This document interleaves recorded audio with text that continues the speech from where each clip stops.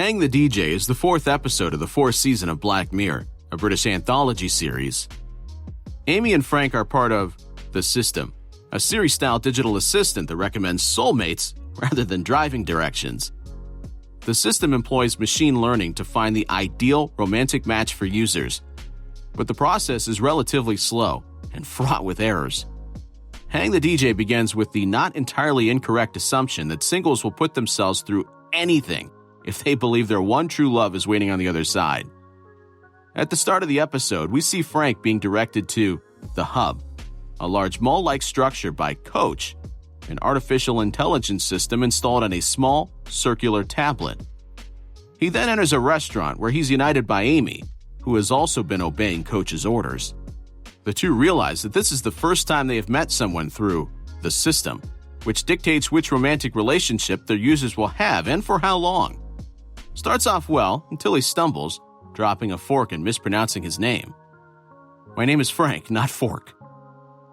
Despite the fact that they're laughing and having a good time, the dating app, it turns out, decides the entire date right down to the menu options.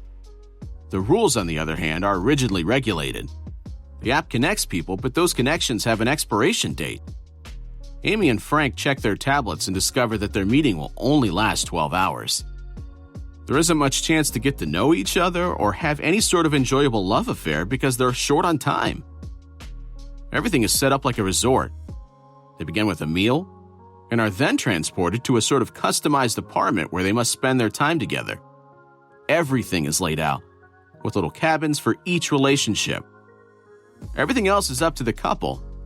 If they want to get busy, they can.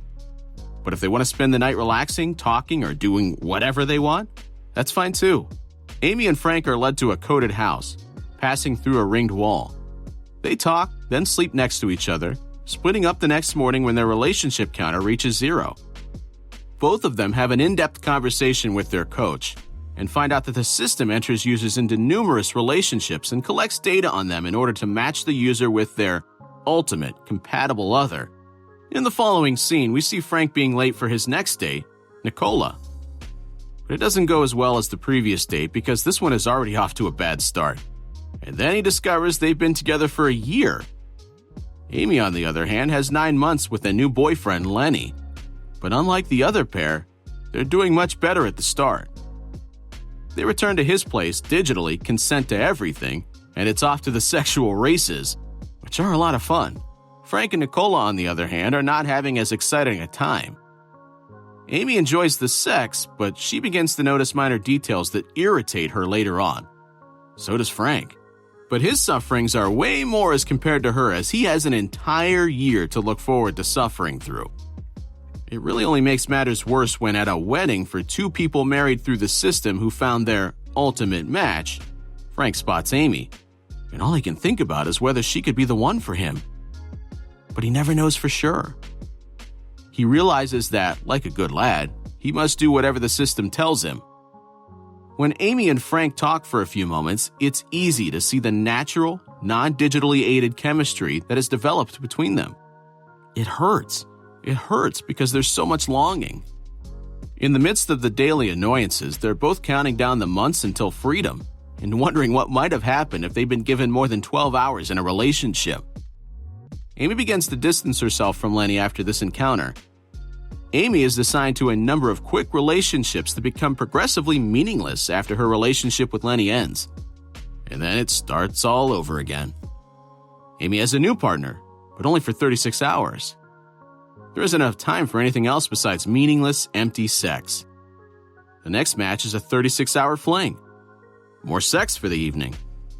Frank, on the other hand, has been released from enslavement after a year. He also has a new match. When Frank's relationship with Nicola ends, Amy and Frank are reconnected. They meet at the diner, smiles and laughs are exchanged, and it feels like a real date, rather than the emptiness they've both felt for so long. They decide not to check their expiration date, preferring to live in the present. After that, they made the decision to move to the apartment, the room, and take their time getting into bed.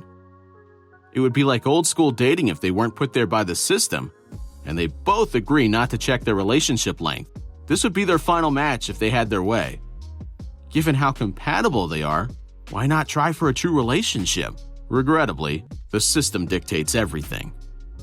As Amy and Frank's relationship progresses, Frank becomes distracted by the fact that it has an end date. He breaks his promise to Amy by looking at his tablet to see how much time they have left. And it states that Frank must check the expiration date, which is 5 years. But then the app readjusts and recalculates, going down and down and down until it's only 20 hours. Coach notifies Frank that his one-sided observation of the termination date has resulted in a 20-hour relationship with Amy.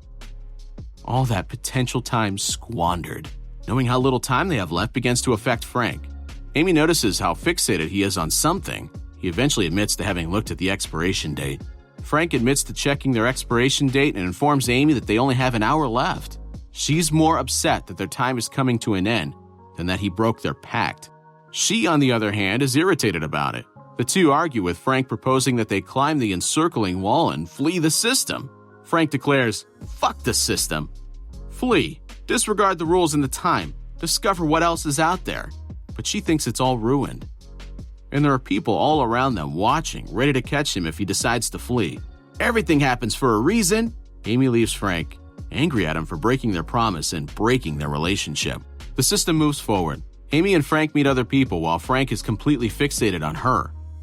Coach informs Amy that her supreme match is someone Amy has never met before, and Amy is given the opportunity to say goodbye to one person of her choice.